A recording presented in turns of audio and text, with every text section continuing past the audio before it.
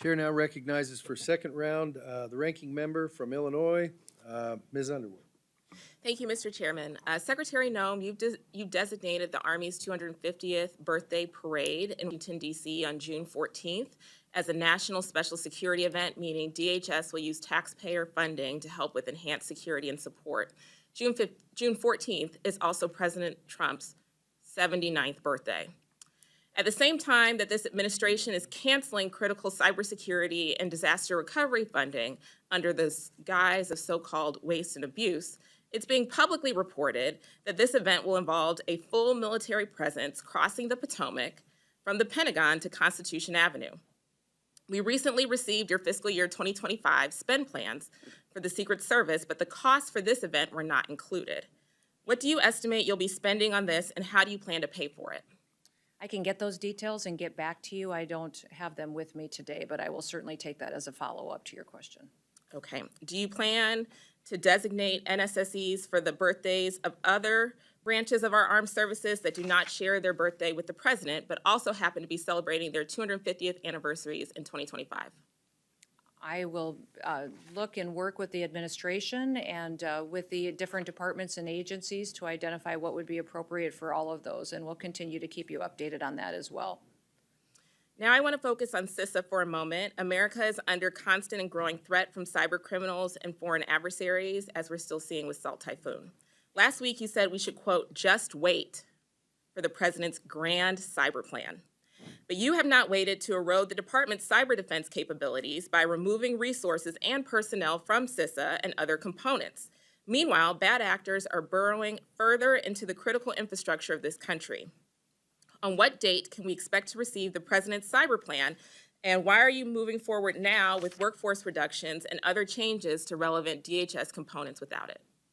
CISA's mission is to hunt and harden and to work with our state and local entities on critical infrastructure. So to support cybersecurity infiltrations that would happen from enemies and bad actors when it comes to electrical grids, water systems, support those states, those small and medium-sized businesses that can't afford that kind of defense system themselves, and to go and walk alongside of them. I think one of the most alarming things that I heard when I was first nominated for this position, but before I was sworn in, I got briefings from CISA and from the leadership team and the people that were there. And one of the things that they shared with me was that they were aware of Salt Typhoon and Volt Typhoon, but they didn't know necessarily how they had happened yet or how to stop them into the future. That was alarming to me. It was alarming to me that we had the nation's top leading cybersecurity agency that didn't know how to stop the PRC and our enemies from coming in and hacking into our systems. And if we think a pandemic was scary, wait until the PRC in China comes in and shuts down our electricity. Obviously. And so our when water. Are we getting so the president's cyber plan? That is what CISA is focusing on, is making sure that we're approaching cybersecurity from the importance that it is. I had a direct question.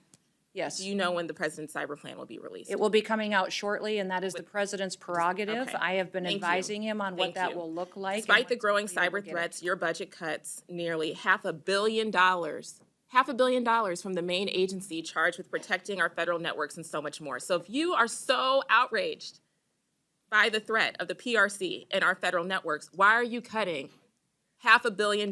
When you recently spoke at the RSA conference, you said that we needed to put CISA, quote, back on mission. But let's be clear, that mission is designated for you. We in the Congress told you in the department and CISA how to execute on that mission. And you all have been moving money away from CISA, and that does not help achieve that mission. Lastly, Secretary, as a nurse, I have always prioritized taking care of the health of our DHS workforce and giving them the tools that they need to do their jobs, not just physically, but mentally. DHS has made great strides in recent years here with popular programs that provide personnel and their families with the resources that they need and the support for the mental health of our agents and officers. I hope that these programs can continue for fiscal year 2026. And I'm curious if you agree that this is a priority for the department, and will we see continued funding for it in the budget request? Absolutely, we will continue to focus on the priorities of the healthcare needs of all of our employees. Great.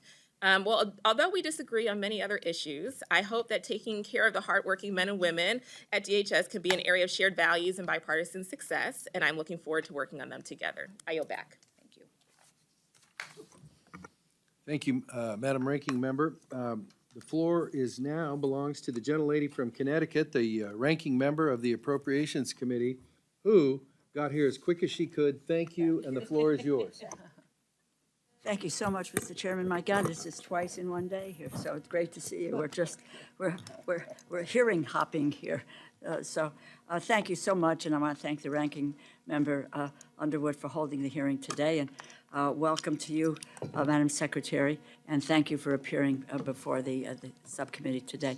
I just want to begin with a message to your workforce, if I might, and that's I'm grateful, very grateful for the work that they do, from search and rescue efforts of the Coast Guard to our first responders around the ground after natural disasters to those keeping us safe in the air and on the ground and at sea.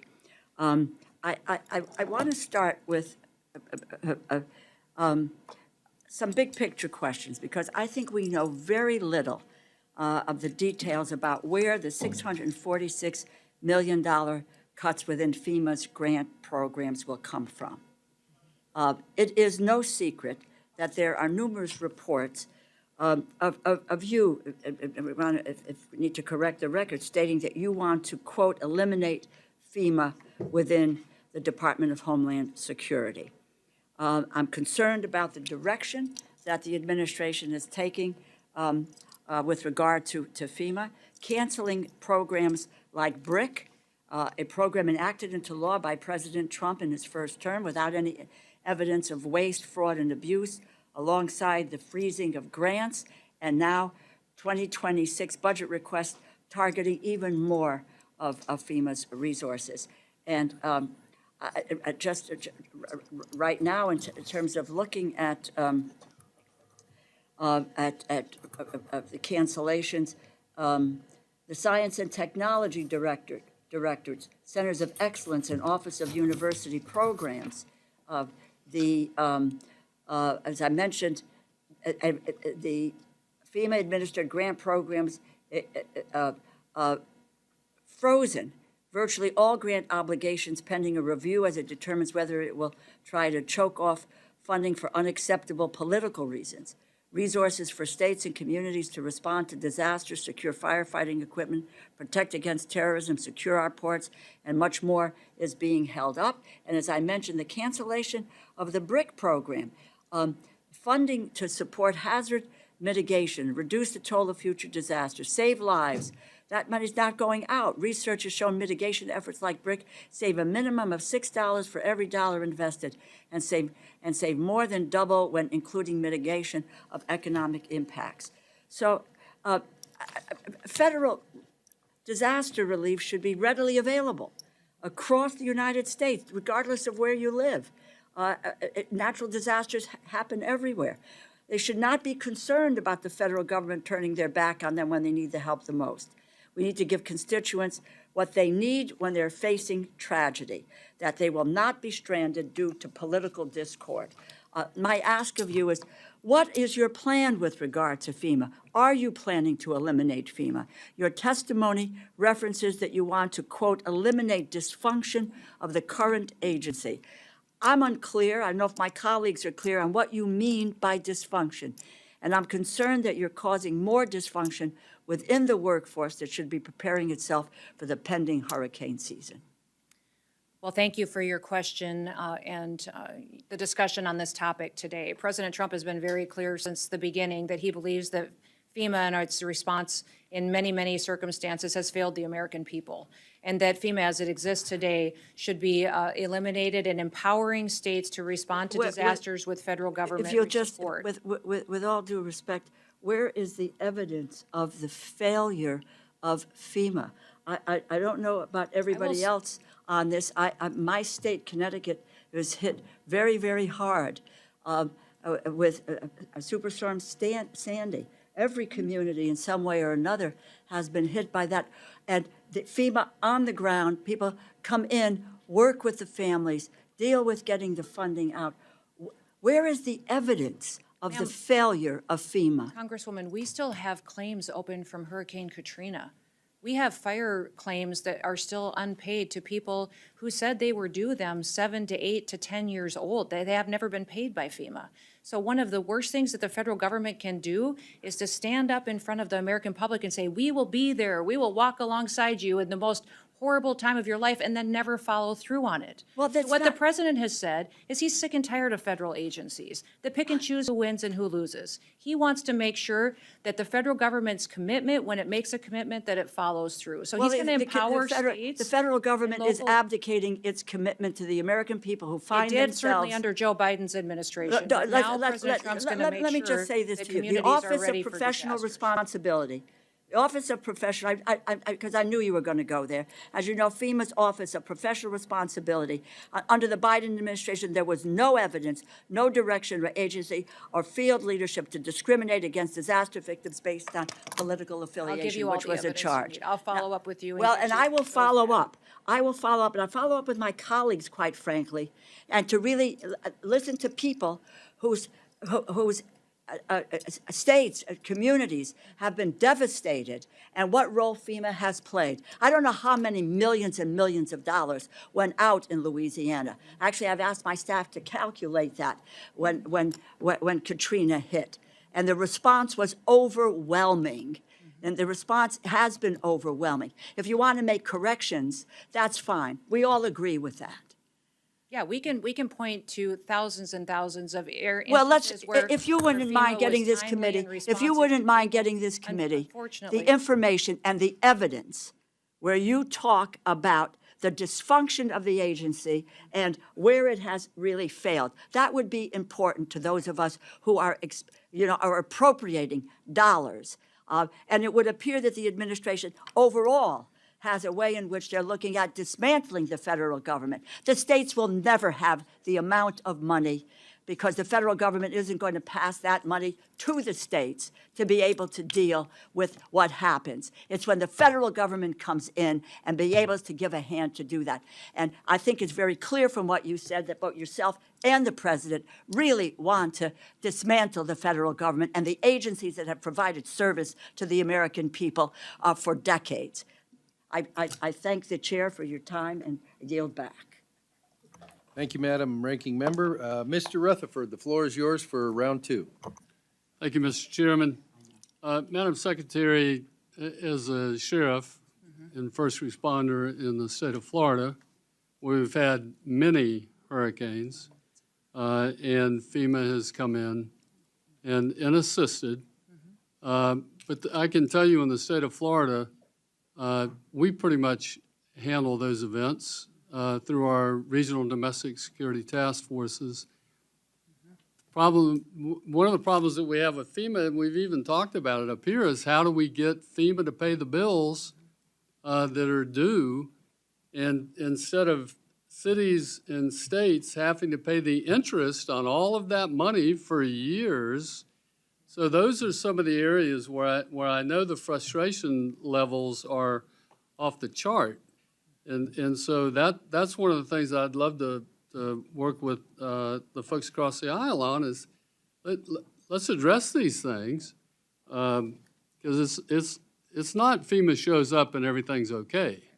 It's quite the contrary, actually. So, but I do want to ask about this. In your written statement, you mentioned the designation, the administration's designation of the 6 cartels and 2 transnationals as terrorist organizations.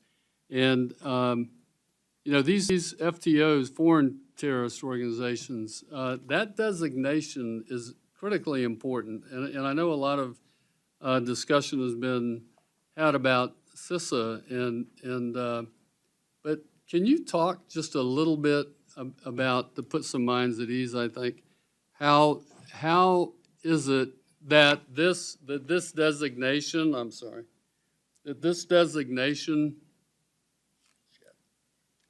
sorry about that. You're good. But how this designation actually helps with the administration being able to work, sharing information between the civilian and the military to actually go after these folks who are killing our citizens with their drugs.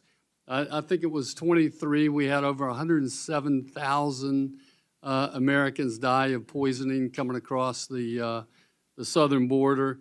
They're also looking to weaponize drones to be used against our law enforcement officers at the southern border. They're the ones helping to finance all of this, or were financing all this mass migration. That designation, I think, is critically important, and I don't think people appreciate it enough. Can you talk about that? Yeah, certainly, Congressman, and thank you for the question, because it is critically important what President Trump has done by defining exactly who these people are and what these organizations do and what they're trying to do to the United States of America. By designating these gangs and cartel members as foreign terrorist organizations, it allows us in a new way to partner law enforcement activities and consequences in partnership with other cabinet areas within the federal government, including the Department of Defense, all military branches underneath that, as well coordination, sharing of information, and how a whole of government approach to how we conduct enforcement operations. It also gives us an opportunity to access background information, criminal records that we need and that we can share internationally as well. And clearly, when you look at the cartels and their activity, their partnership and their facilitation of other countries and their software, their technology to launder money for the Chinese, the PRC businesses that are out there that are seeking to destroy the United States of America, that partnership that they have built over the years and the sophistication to which they operate, we have to be prepared for.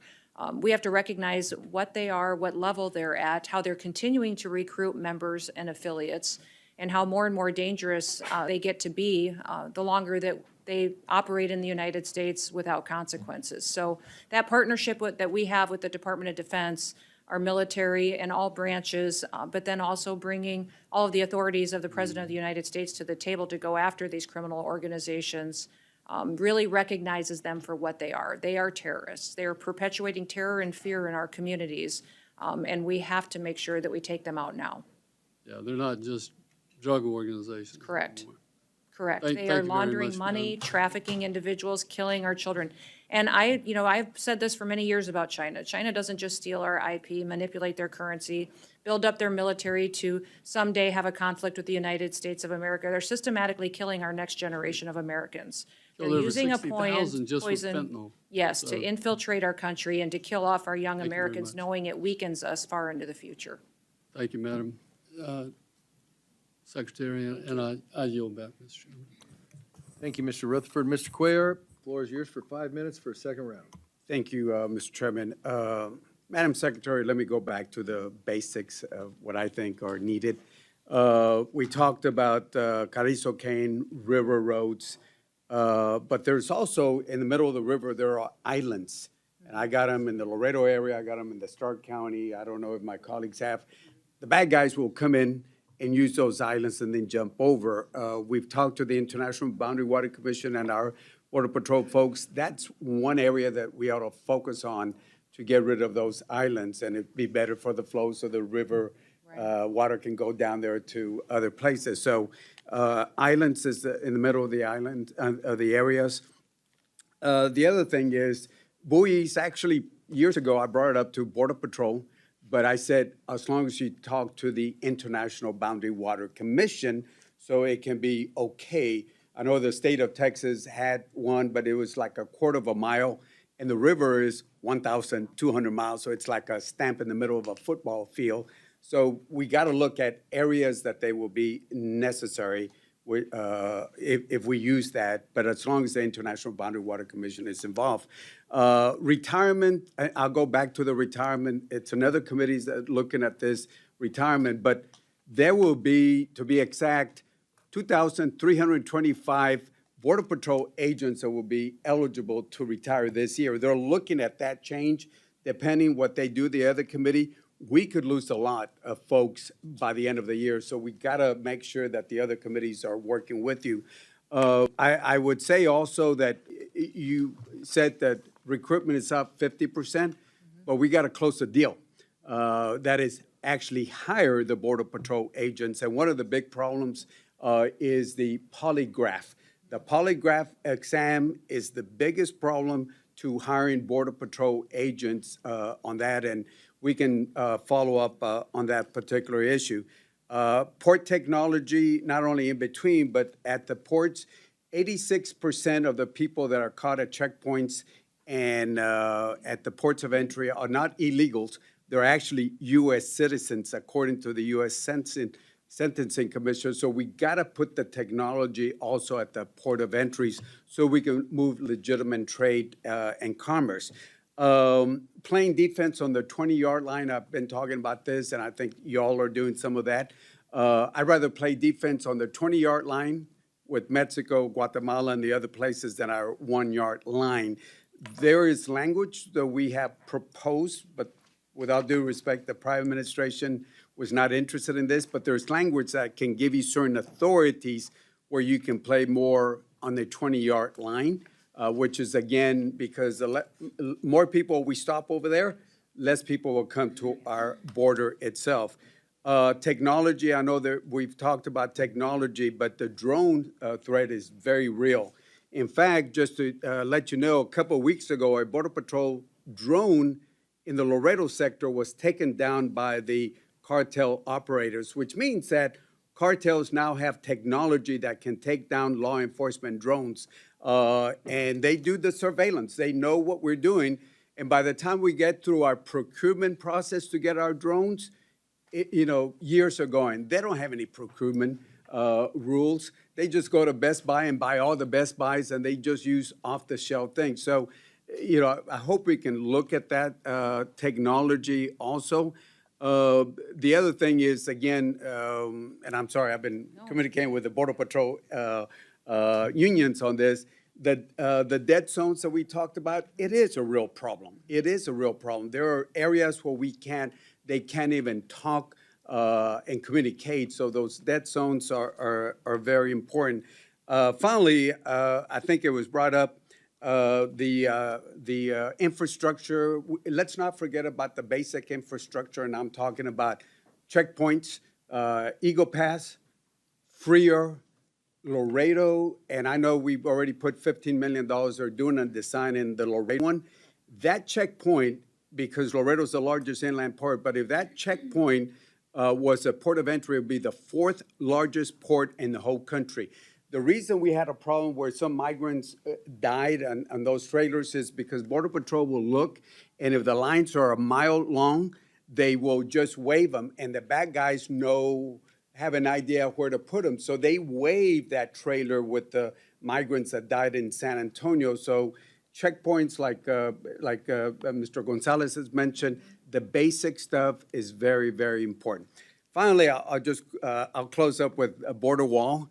On the border wall, again, I think you said where appropriate, which is important. Mm-hmm. The state of Texas, I've always said, don't condemn, but maybe if you look at the possibility of leasing, the state of Texas put it in the law, don't condemn land, but you go ahead and you ease them. And now there are landowners that preempted the federal government because the state will lease out and not condemn itself on that. So I can go on a border wall for a long time, but keep in mind that the largest, and I'll close with this point, the largest amount of people that got here before this last flow were visa overstays. And by the way, the biggest violator was Canada. Not asking for a wall with Canada, but it was visa overstays, especially from Canada. So we just got to look at data-driven solutions and look forward to working with you. Absolutely. Thank you, Congressman. Thank you. Thank you, Mr. Chairman. Gentleman from Washington State, Mr. Newhouse, the floor is yours. Thank you, Mr. Chairman. Before I get cut off by the gentleman from Nevada, if I talk too long, I will. No, I just wanted to extend an invitation to you, Madam Secretary, to come out to my district to visit the Spokane border sector as well as the Orville station and also inland Washington, but we have a Coast Guard navigation team in Kennewick. So, fantastic. As sharing border states, it would be a good thing for you to see. I just wanted to say one thing. The recent skinny budget proposed notable cuts to CISA, as you've heard many of my colleagues mention several times.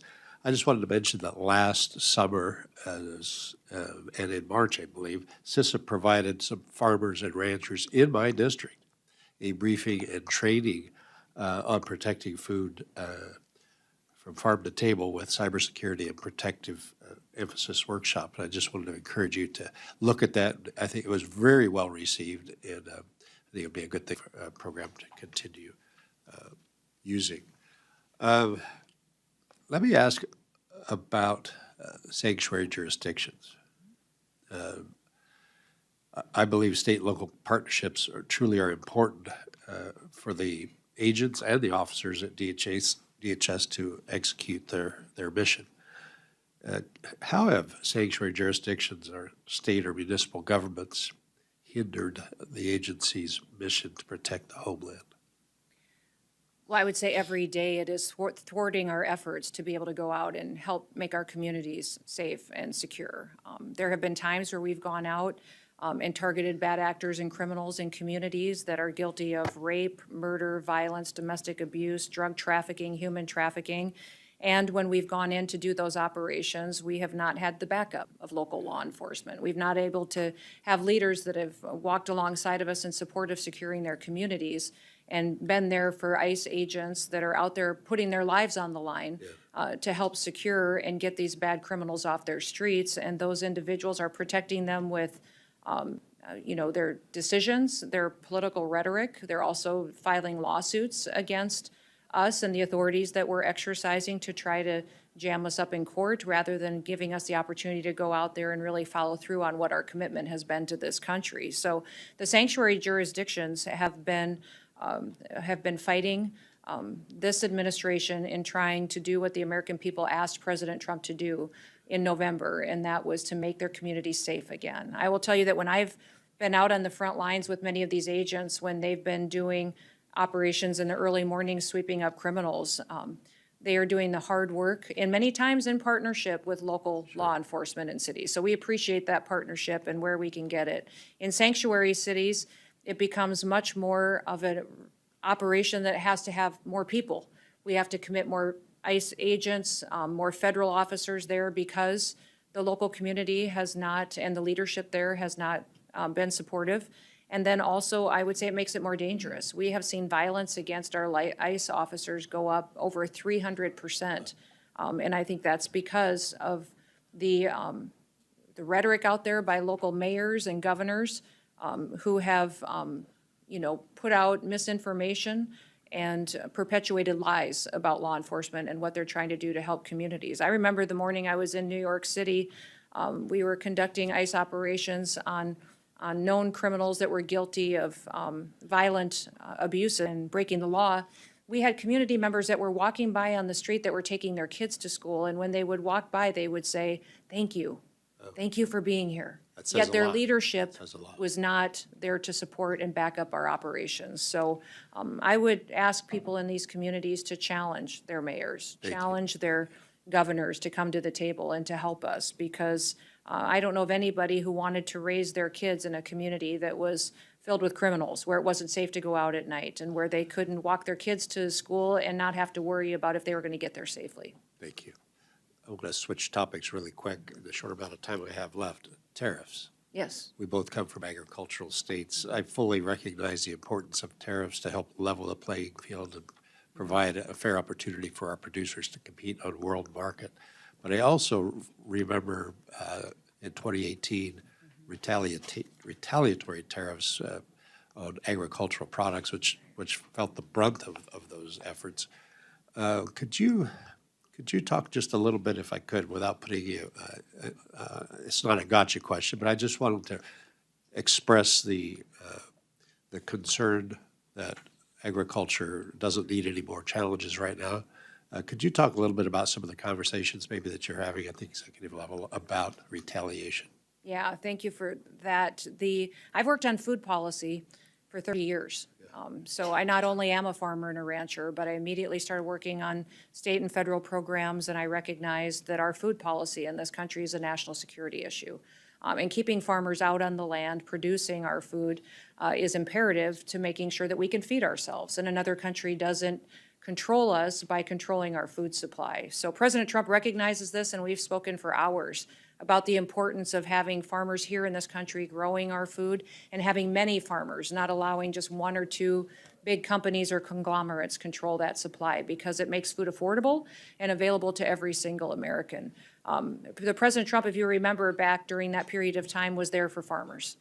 He helped them with assistance when those retaliatory tariffs came into place. And he recognizes that this negotiation that we're having now with these countries has to happen to level the playing field. We've been treated unfairly in trade agreements for many, many years. When I was in Congress, I served on the Ways and Means Committee, which many people refer to as the committee that has the most ways it can be mean, because it has taxes and trade and tariffs and all the different jurisdictions as far as what can happen. But I would say specifically, working on trade agreements while I was there, I recognized how we could come to a trade agreement and facilitate that. But then we also would, as soon as our shipments of soybeans hit the shores of China, they would reject it for different sanctions or regulations such as sanitary or phytosanitary reasons, and would manipulate how they interpreted those agreements and didn't adhere to them anyways. So President Trump is all in to make sure that we rectify the wrongs of the past and make sure that we're treated fairly and get our jobs back home here in America. So far, CBP has collected over $32 billion worth of tariffs since April 2nd has gone into place. And they've adjusted and done that, and these countries are feeling the pain enough that they're coming to the table and having negotiations with this administration to make sure that we're treated fairly and our farmers and ranchers are treated fairly in the future. Appreciate that. Mr. Chairman, I will yield back. You don't have any time to yield back. I know, Thank sorry. You. The gentlelady from Hawaii, the floor is yours for 5 minutes. Texas. Texas. Well, you know, it went so long. Not you even might wanna close, double-check that. Chairman. There might be an ocean coming there from a different direction. The There floor might is yours for 5 minutes for follow-up questions, as long as they're not like Mr. Newhouse's. Thank you very much. Thank you so much, Mr. Chairman. Madam Secretary, I have a question related to something more close to home for me in the community in El Paso with DHS employees. For decades, CBP employees who work at our land ports of entry have been contractually allowed by CBP to have an off-site location for their union. And this off-site location is completely funded by union dues, not by taxpayer money. And again, this was something agreed to in their contract. I was shocked and alarmed to learn that they were told by DHS they could no longer be off-site, and they were forced to come into a DHS facility in El Paso. It's a conference room, media training room. So that part of their contract, that longstanding agreement, was violated in my eyes. Are you aware of this at all? I have heard about it, but I don't know the details of that agreement, so I can follow up with you and get that back to you. And if you would lay out the concerns for being co-located, I think that would be fantastic for me to know. We will. We'll make sure to communicate with your team. Would love to work with you on this. The same has not been true for the Border Patrol Union. So there's disparate treatment, and additionally, just to very quickly lay out why it's important for union members to be able to speak to their union leaders in private, and being located in a small conference room, media training room, offers no privacy. There are other issues, but I look forward to working with you on that. I do know that, the difference in the two unions is important, and I'll look into how those were interpreted. And I also know that the one union is located under the Treasury Union as well, and that defines some requirements and for how it's regulated and set out going forward. So I'll see if that is the determining factor on why there was a difference in how the locations were determined. And I would ask, Madam Secretary, that you please allow the El Paso Union to continue to be housed off-site. It is their preference, doesn't impact the budget or appropriations. They pay for it. So I don't see a reason why this long-standing, decades-long situation should be changed. So would ask for your support for that, please. I'll look into it. Okay, perfect. I also wanted to ask you about this NBC News story, and I'll enter into the record this article as well. U.S. citizen family traumatized after ICE raided their Oklahoma home in search of someone else. And according to the local affiliate, KFOR, which was reporting on this story, immigration agents raided the home last week. They had a search warrant for the home, but the suspects listed on the warrant were no longer living in the home. The family was forced to wait outside in the rain during the search. A mother and her girls, all U.S. citizens. Their money was taken, their laptop, their cell phone.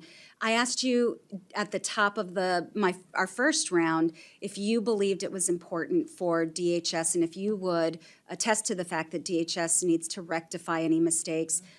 If this were a mistake, will you ensure that this family, this U.S. citizen family, gets its property back in a timely manner?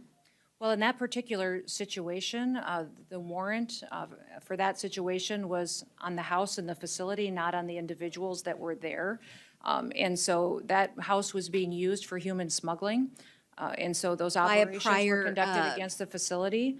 And even in that situation, there was some individuals there with the same last names and some of the similarities. But and if so it were a mistake, we are Madam continuing- Secretary, we if believe it were a everything was mistake. done appropriately, and we'll continue to make sure that it is done and handled appropriately. All right, well, appreciate you looking into it, that not my constituents, but you had mentioned in your testimony, and you've said previously, that the focus of your agency is to go after the worst of the worst, people who are here illegally. But we have seen reporting and spoken to individuals, we meaning Congress, that in fact, there have been abuses on that front. People with legal protections have been deported. I laid out in the first round, U.S. citizen children. I don't know, and I asked, and you said you'd get back to me about whether parents actually filled out the ICE forms that are normally used for those processes. U.S. citizen families with nothing to do with human trafficking, and now DHS employees as well, in my view, have been subjected to an abuse of power. And we all swore an oath to the Constitution. This is a democratic republic. Rule of law is important, due process is important, and ultimately that will be my North Star, not just in this hearing, but throughout everything that I work on as a member of Congress. I thank you, Madam Secretary, and Mr. Chairman, I yield back. I want to thank the member, and I want you to know that during the course of your questioning, we have moved your district back into Texas. My flight is shorter now as a result. Thank you. I was just hoping you weren't paying attention. I thought the folks out on the islands could use some help, but we'll go on from there. Mr. Siscomani, the floor is yours for your second round of questioning. Thank you, Mr. Chairman. Secretary, so the first set of questions that I had were more on the security side. I want to shift gears a little bit. Matter of fact, I just guided a group of freshman members on the Republican side to the border in Arizona with the intention that they see the full picture of the border. We have obviously the security aspect that has been key as central to the conversation, that we have trade and commerce at the border, and we've got immigration as well going on. So it's important that I think my colleagues and everyone that is maybe not from a border district can understand that there's a lot more that happens at the border than just one aspect of it. I call it the three buckets of the conversation around the border. So with that in mind, that as an immigrant myself, I know how complex the immigration system is. I became a citizen in 2006, and then 16 years later, I became a member of Congress. No other country in the world will give you that opportunity. I believe in the American dream and fighting for that American dream that so many people still seek. There's been much media attention again on the increase in deportations and removal of aliens, which I remain fully supportive of.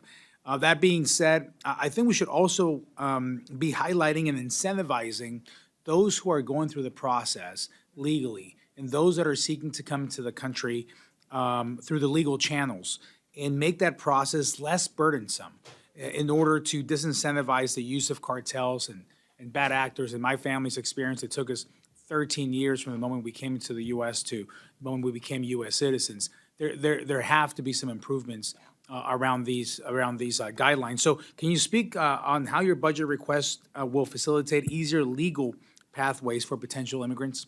Yeah, absolutely. And you've correctly identified part of the problem that we've had in this country for many, many years is that it takes far too long for a person to legally come through our immigration process and to become a U.S. citizen. And that needs to be fixed, and that was broken when I was here on the Hill, and it was broken when I was governor, and I still see as the Department of Homeland Security Secretary that is an issue that needs to be solved. We need to make sure that we're getting more immigration judges.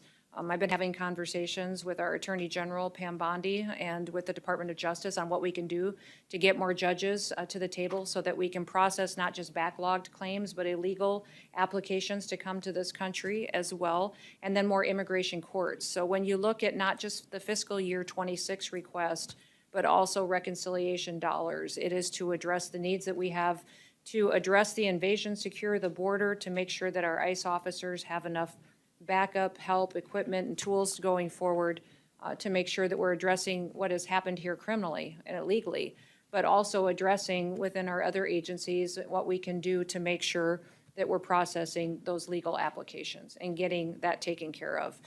President Trump is determined to do that, and we have that addressed in the budget request from the different cabinet secretaries and agencies to make sure we have the resources to start getting after that backlog. Excellent, excellent. You know, on the same topic of when we look at immigration and we look at workforce as well, those are very much attached. I just had Secretary Lori Chavez-Dreamer in Tucson yesterday. We visited different sites that work on this. We spoke at length about the need for more robust workforce programs and ways to ensure that workforce needs meet our communities' needs. Still, the utmost constant thing I hear from industry of what they need is workforce. Can you speak to any plans the administration has to create additional avenues to meet these through immigration, potentially? So you're talking about meeting workforce needs? Yeah, as far as workforce through needs, visas and green yeah. cards? You know, I say that the president recognizes the value in what we've had in programs in the past, but also recognized how they've been misused. And how Congress many times lays their prerogative on how many are authorized, how many are directed through law, that the Secretary has the latitude to issue, and will continue to work with you to find solutions that really meet the needs that we have in this country. You know, the President believes that we have a workforce here that deserves jobs, that pay very well with benefits and a future here in the United States of America, but also that we need to continue to keep the American dream open for immigrants who want to come here legally. So having the opportunity to make sure we're doing thorough vetting of people and partnering with other countries and having access to their background checks to make sure they can participate in our visa programs is very important. And as long as we have the ability to do that and continue to know who's coming here, why they're here, and if they have the opportunity to become citizens, then it's something that would be a benefit to this country if the president recognizes that the need is there. I think that's very well put. I think having that balance always of making sure our border is secure, we know who's coming in, that opens the door and allows us to focus on the immigration system that works for the people coming in, but primarily for our citizens and what the country needs. And that has to do with workforce as well. So with that, thank you so much for partnering with us on that and finding multiple solutions to this problem in different areas at the same time. Is not easy, but you're doing a masterful job. So thank you so much. Thank you. And with that, I yield back, sir. Thank you, Mr. Chairman, for not, or Vice Chairman, for not challenging the Dan Newhouse Award. And now I'd like to recognize the gentleman from, oh, she's gone, from Texas. Mr. Gonzalez, the floor is yours for a second round. Thank you, Chairman, and thank you, Madam Secretary. Some could argue you have one of the toughest jobs in Washington, right? We had Elon show up with 2 hats. Maybe you should have shown up with 3 hats, right? Part of DHS that I worry about is it's a Swiss Army knife of the federal government. It seems like everything is in there. And we alluded to this earlier. How did DHS start? It started after 9/11 when Islamic extremists murdered Americans. And so I worry. We covered a lot of topics today. And I know the border gets a lot of attention, and I know there's a lot going on in the cyberspace. But I think back to some of the fundamentals.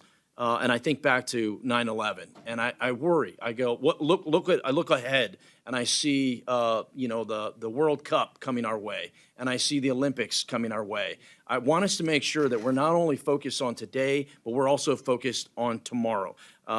Please keep that at the forefront of it. At the end of the day, right now we're feeding tomahawks to Houthis every day in Yemen, and it reminds me a whole lot of pre-9/11, right? I spent 5 years in Iraq and Afghanistan. No one knew about al-Qaeda. No one knew where Afghanistan was on a map. It's very eerily similar, and the American people are really counting on you to make sure we're safe.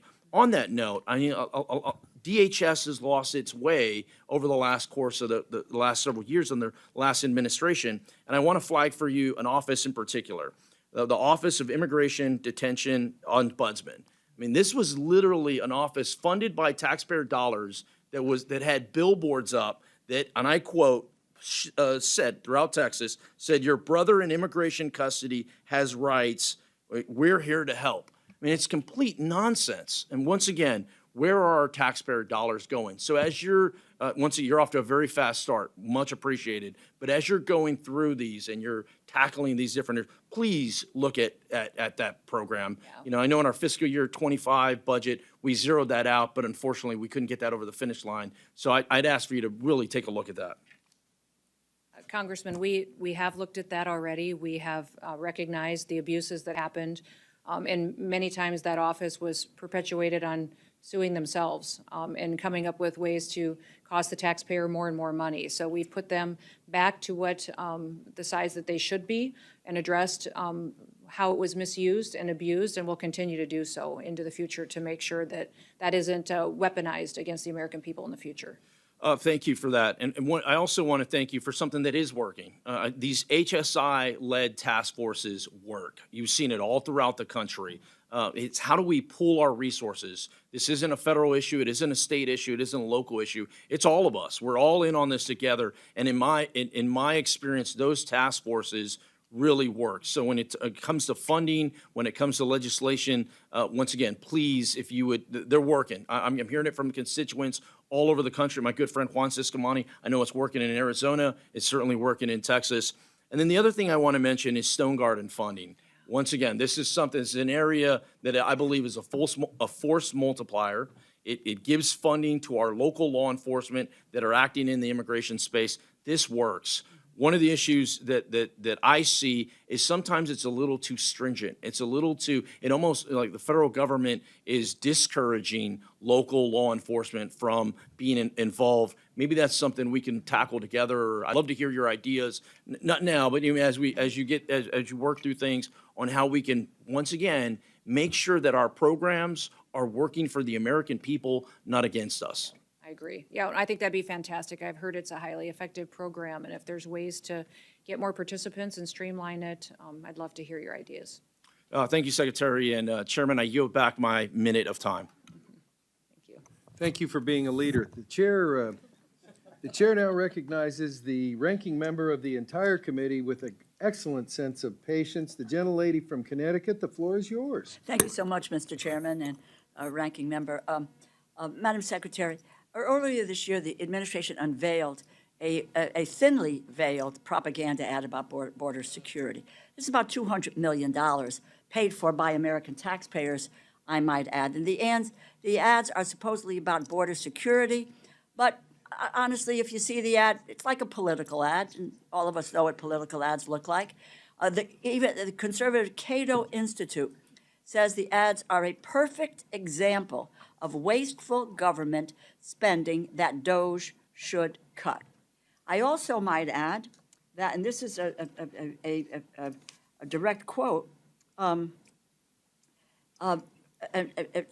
Madam Secretary, it says that earlier this year that President Trump had instructed you on how to fashion the campaign.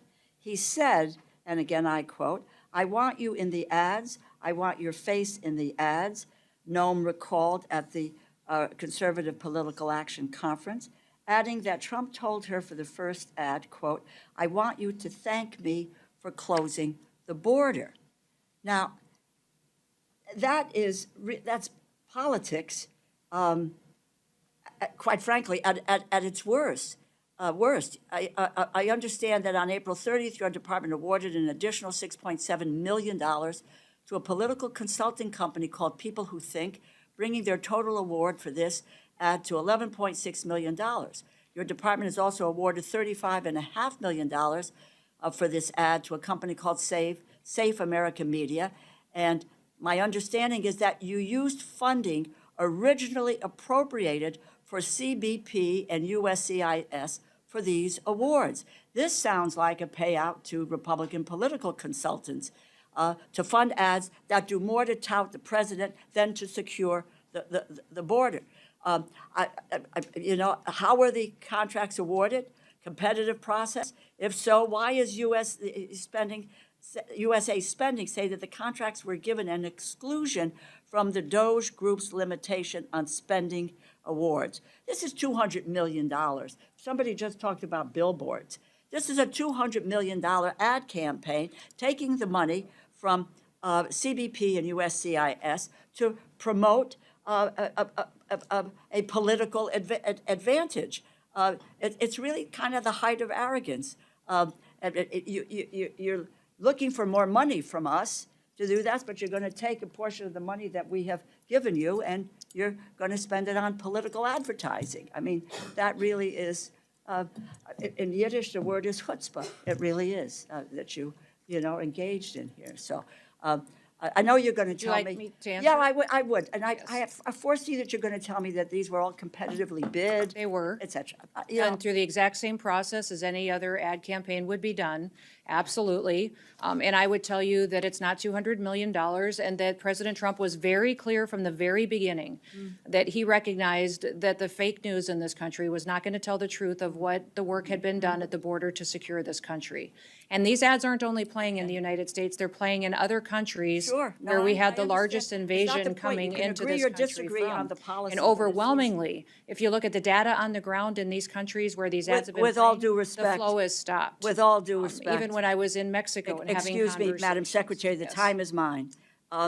With all due respect, this is a political ad campaign, and it really, let's just not try to sugarcoat it. I had just somebody talk about billboards, and you talking about how use of taxpayers' dollars. These are taxpayers' dollars as well. Let me move to the program I mentioned earlier. This is the BRIC program. In early April, FEMA cut the Building Resilient Infrastructure and Communities program, claiming, and I quote, "Under Secretary Noem, DHS is eliminating waste, fraud, and abuse," end quote.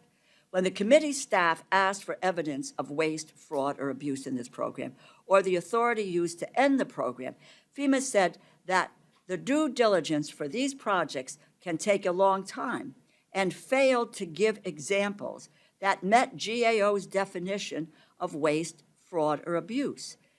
The legal authority you used to cancel most of these projects was also not provided. And I'm just going to make this flat-out statement. You do not have, nor does the president have, the legal authority to abrogate what the Appropriations Committee appropriates. It's the power of the purse. It's in the Constitution. And I think if I heard right in the last couple of days, the president wasn't sure that we should abide by the Constitution. But we tried to abide by the Constitution, those of us who raised our right hand and said we will abide by the Constitution. There is no legal authority. There is no inherent authority to claim the appropriations funds can be used for other than what they were appropriated for. I don't know that you can. Basic questions from your agency on essential programs that the communities represent or rely on. You all can't. You should just say waste, fraud, abuse, and you think that that covers it. Well, Madam Secretary, I will tell you it doesn't. We're going to challenge that, and you have no authority. References that we are operating under the authority that the Department of Homeland Security You has. have no and that authority these to BRIC abrogate grants- these funds. It's These the BRIC grants are prerogative being of the reevaluated Appropriations to make Committee. sure that they are The being power spent of the purse appropriately to which resides you all here directed they be and not there. Keep it in mind because it is the Constitution of the United States. Thank you. Very familiar I'm with. happy to have this conversation take place off the clock, but now we're going to move to the gentleman from the Magnolia State for your second round of questioning. Thank you, Mr. Chairman. Ms. Noem, I want to let you know what a refreshing hearing this has been.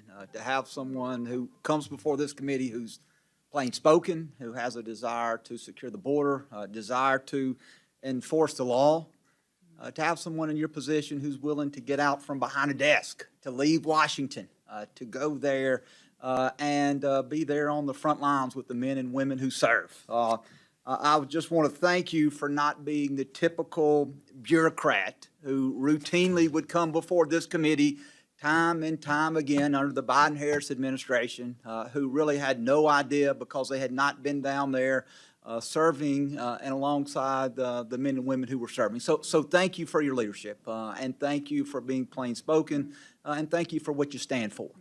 As we continue to secure the border, and as we see those numbers continue to hold, I believe at some point the DHS will be able to reallocate resources to the interior. That once those allocations or those resources have been reallocated, that we'll see those numbers of interior enforcement, we'll see those numbers increase. And one of the things that we have to do as we are contemplating this appropriations package for next year is we have to figure out the number of detention beds. And I know that the detention beds have been something of a contention with the previous administration. They always came in with an extremely low number of detention beds, knowing that Republicans then would always plus up that number to make sure that we had the number necessary. And so I guess my question, as we're looking at putting next year's budget together, and as we're looking at funding detention beds, what is the number of detention beds that you feel, Madam Secretary, that you are going to need going forward? The president has been clear from the beginning with his advisors in the White House on Homeland Security that we need much more capacity in detention beds in the country. We have upwards to 50,000 people that are in detention centers today that are moving out of the country, moving to go home to their countries, that we're negotiating and working on travel documents and repatriation with.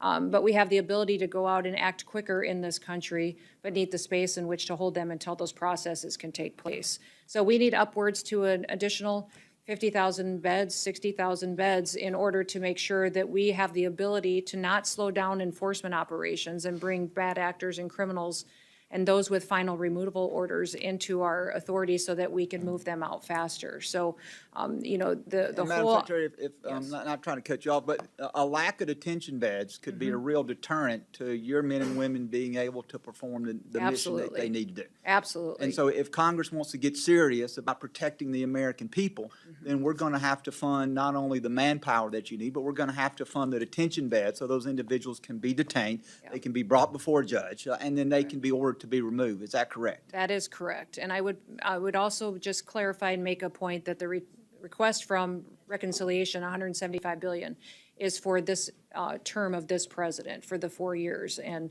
you see in the numbers that were released by OMB this last week that the $43 billion that would be the increase into this budget is from the reconciliation, 1/4% of what that total would be. And want to switch gears in my last minute and a half and talk about DHS Centers for Excellence. I know that those are where DHS partners with academic institutions really across the nation.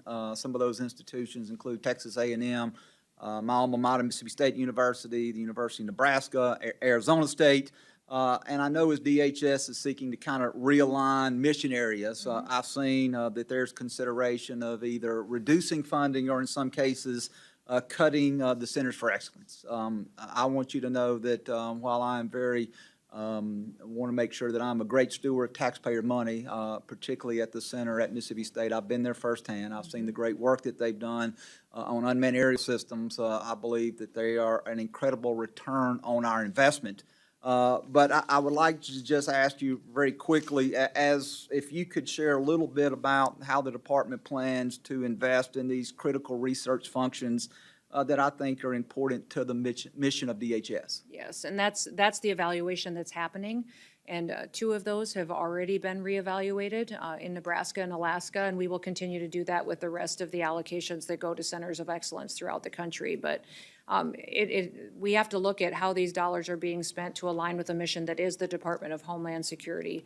cybersecurity, terrorism defense, building out and hardening our systems to protect our national security. So that's what's undergoing now in your state, and we will continue to evaluate that and stay in communication with you. Thank you, Madam Secretary, and I yield back. You know, for a guy from the Magnolia State, you had a hard time getting into schools in Mississippi, I guess, huh? You named every school in the nation except Mississippi State or something like that, but that's not the purpose of this hearing. The gentlelady from Iowa is recognized for your second round of questions. Thank you, Mr. Chairman.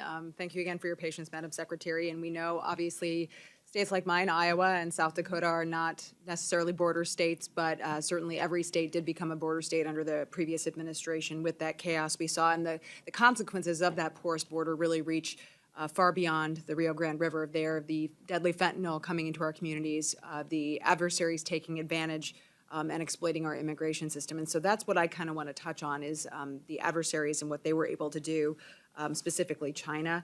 To put it in perspective, in the first 7 months of fiscal year 2024, more than 27,000 Chinese nationals were encountered at the southern border. Under President Trump, we've seen that number drop significantly, reflecting that clear shift in deterrence and enforcement. So can you walk us through what specific mechanisms have been put in place to ensure that these individuals from adversarial nations are now being thoroughly vetted, and how that process has changed since the previous administration? Yes, and you know, every country is being treated the same as far as how we are treating the folks that are there and here illegally. People that came into this country from China and from other countries are all being vetted and their background checks being gone through. And I would say some of the reasons that we've had to reevaluate some of the programs that were abused under the Biden administration is because countries weren't participating with us. They weren't sharing their information. One of the things I've challenged Canada with in a lot of the discussions that we've had over recent months was they weren't taking their own citizens back home that were here in this country illegally, and they weren't sharing all of the criminal background checks of individuals who were in our country illegally. They weren't telling us who they were or what they had done, if they had human smuggling in their background or crimes. And so that was some of the access that we were asking them for. We were grateful that they addressed, for instance, designating a fentanyl czar and doing, but that information sharing is critically important. And we do not have that kind of partnership with China. We didn't just see Chinese nationals infiltrate our country over the southern border. They're coming over the northern border as well. And we see needs on the Great Lakes region and people coming in. It's easy to access Canada, and once they do, then they drop down into our vulnerable areas. So we have continued to maintain resources and strengthen them at the northern border as well. But we work closely with Interpol that has an agreement with many different countries to do vetting and background checks and criminal background information sharing on folks across the world. But many of the times when the State Department is negotiating on repatriation and travel documents, they're having discussions on what we can do to share information. When I made trips to El Salvador, to Colombia, and to Mexico, those trips were made so that I could get those governments to share more information with us. In fact, one of the things that we did while we were there is sign new agreements with those countries to share more data and information, to have them give us biometric information that they collected, to give us more thorough travel documents of individuals that were of concern here and had been breaking our laws. And so having those discussions gives us more information to make sure that this country is safer into the future. Do you feel like those conversations have helped to inform broader national security efforts? Absolutely. Cross-departmentally, and you know, when we think about the real risk here, it's these international transnational criminal gangs, the cartels, state-sponsored networks. You know, obviously we talk about the Chinese nationals, and the reason the PRC is not cooperating and the CCP is not cooperating is because they are intent on infiltrating our country. That is correct. Do you feel like all those relationships are really helping us to strengthen the intel that we are able to gather? Absolutely. We've seen many, many times where information that we got on somebody who was here that may have been on our terrorist watch list, suspected terrorist watch list, or someone who is a very dangerous part of a foreign terrorist organization, that information may have been shared with us from another country because of those security agreements that we have in place. And when countries do not adhere to sharing that type of information, they don't get the privileges necessary that have been granted to them in the past. And we've seen that with visa overstays. We've seen that with lack of information sharing, that perhaps they don't get to continue in programs that are under the purview of the Department of Homeland Security because they haven't been willing partners to help us secure our country. Certainly accountability is back, Yeah. and appreciate that. So thank you so much, Madam Secretary. Thank you. I yield back. Thank you. Madam Secretary, you've been kind of a marathon runner. It's 12:30, and I have endured all these questions along with you. Good.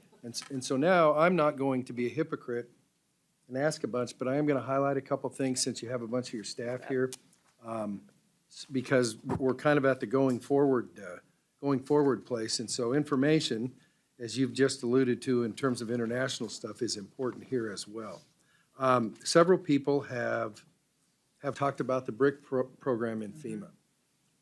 And what I think is missing in the evaluation is, your initial reaction is, okay, so a bunch of stuff got canceled. And so it's like, okay, why? And it's like, listen, if there was an analysis done and it was like, hey, this flunked it, it was whatever, the answer that we don't want is, well, and I'm not saying you guys did it, but it's like, hey, we ran an algorithm or OMB did something or whatever, and it got canceled. So it's like, well, then tell us who at OMB so we can go to them and say, we'd like to know why you did that, which I think is a legitimate thing. So what I think I'm going to do is, instead of saying, the hard question, and well, you'd commit to do a case-by-case review, it's like you guys got other stuff to do than a case-by-case. What I'm thinking about doing, and the committee members that are still here, thank you for, is to say, listen, each member, you got 3 things you want an answer, a specific answer for, give them to us to transmit on, and they'll do that analysis. Great. So that's my thought on that. I'm not a CISA guy, you know that. I mean, I can barely use one of these, God knows who's listening right now. But anyhow, having said that, when I see, and I get elections and redirection and all that other sort of stuff. But when I see, here we go, and we've got Chairman Green and other folks going, my God, China's kicking our butt and blah, blah, blah. And it's like, well, we did this many through. Not that you did, but anyhow, this many retired, this many got this many got that. And then I look at the skinny budgets, like, by the way, we're taking more. And I think somebody got into it. It's like, what is the plan? So when, and you've been there long enough, when somebody goes, hey, you guys presided over cutting $500 million instead of do other stuff, what was that based on? Clearly, we don't want to be in the position and won't be in the position of, well, I don't know, that's what they said they needed. Not that there's a trust factor there, there's not, but it's like, we need some building blocks for whoever the CISA people are, whatever. It's like, what's the plan for us to be kicking China's butt, or whatever you want to, however you want to describe it, and how we're still okay on that civilian sector stuff. And by the way, that's stuff we need, because when it comes to markup for this committee to transmit it on to the bigger committee, I mean, we need solid ground for that sort of stuff. TSA, same thing. I'll tell you what I've heard so far is that the state of the equipment that they're using, whether they're screening your purse or your checked baggage or whatever, I'm familiar with one situation where it's like, hey, the equipment's 15 years old. Nobody services it in that neighborhood. They got to have somebody come over the hill from California. And by the way, that takes a while. And in the meantime, they're not screening the bags before they go on the plane, or it takes forever. So we're going to be focusing on what are you doing to upgrade, just the same as you are on the board. Like, what are you doing to upgrade that technology? And the last thing I've got before we get to thank you, Jesus, closing statement. The last thing is, and we've got around the edge of it, when we talk about ICE operational tempo, I can't tell you how often or how quick it's going to take me to get Amadei from apprehended through whatever the process is and on a plane going back to where he belongs. But we need some structure for, hey, we're just blowing and going, and we'll just let you know. It's like, I would think that there would be an idea to say, listen, this may change, but right now, from what we know for running the outfit for 4 months, this is kind of our average from stack 'em and rack 'em and 3 huts in a cot to we're going to the airport. Some basis that when you're asked that question, not you but us, How come what are you doing with detention beds? It's like, well, listen, they got 51,000 now, but here's what we think the operational tempo is gonna be. And by the way, if it changes, then all it takes is, we got an uptick, we got a downtick, but we don't expect it to, but some sort of thing to say, listen, the average cost of shipping somebody out, it takes us, we need a detention bed for 6 days on the average, or whatever it is. And that's the problem, Madam Secretary. I don't know what it is. So when we say, and you know, somebody said, hey, well, how many more beds you need? It's like, I get you're trying to be responsive, but there's no ability to go say, here's what the number's based on. It may change, but here's what it's based on right now. And so that would be necessary on this stuff. So listen, they wrote this stuff, and they did a great job, thank you. Before we wrap up, reconciliation, significant investments, yeah, okay, that's all good. Somebody said that. I know the department hopes to be made whole with reconciliation, but in the meantime, you need to live within your means. It's our job as members to make sure the department is appropriately spending the money Congress provides, as well as to ensure the department has the resources that it needs to execute its mission on an annual basis. That work begins in earnest today as we begin the 26 process. We will move quickly but not hastily, working with every member to produce a bill that will pass the House and floor as we have done in the last few years. I expect the department to be a good partner in the process, and I ask you for your commitment that communication between this committee and your department will be significantly better moving forward. That's not a, what's he mean by that? It's like, we need better communication. I'm interested in going forward. We expect to receive routine briefings and reports from DHS on time and any changes and programs and policy. It is your absolute prerogative to make changes. Please tell us. To be proactively communicated so that we can work collaboratively and to secure the homeland. Here's my promise to you. We won't surprise you. Please don't surprise us. While everybody else is good with that, sometimes, you know, I'm a lot older than you are, so sometimes I react poorly. For the get back questions that members of the subcommittee had today, we ask that you respond in 15 business days. There will be some additional questions members provide in writing. We ask you to respond to those in 30 days, and here's the part you've been waiting for. I'd like to thank you, Madam Secretary, for being here today. The subcommittee stands adjourned.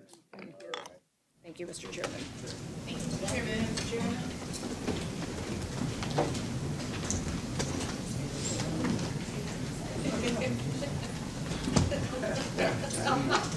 Another person. If it was, it would have been even better. I feel good. Yeah. Okay. Well, thank you.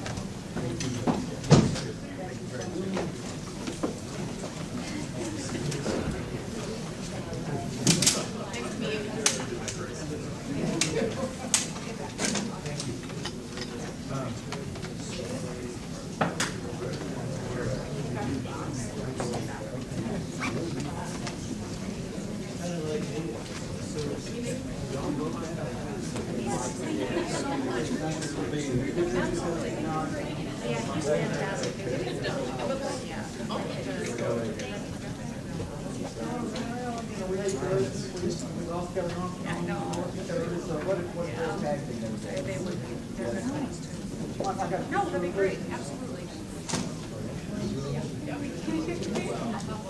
Yes, sir. Thank you so much.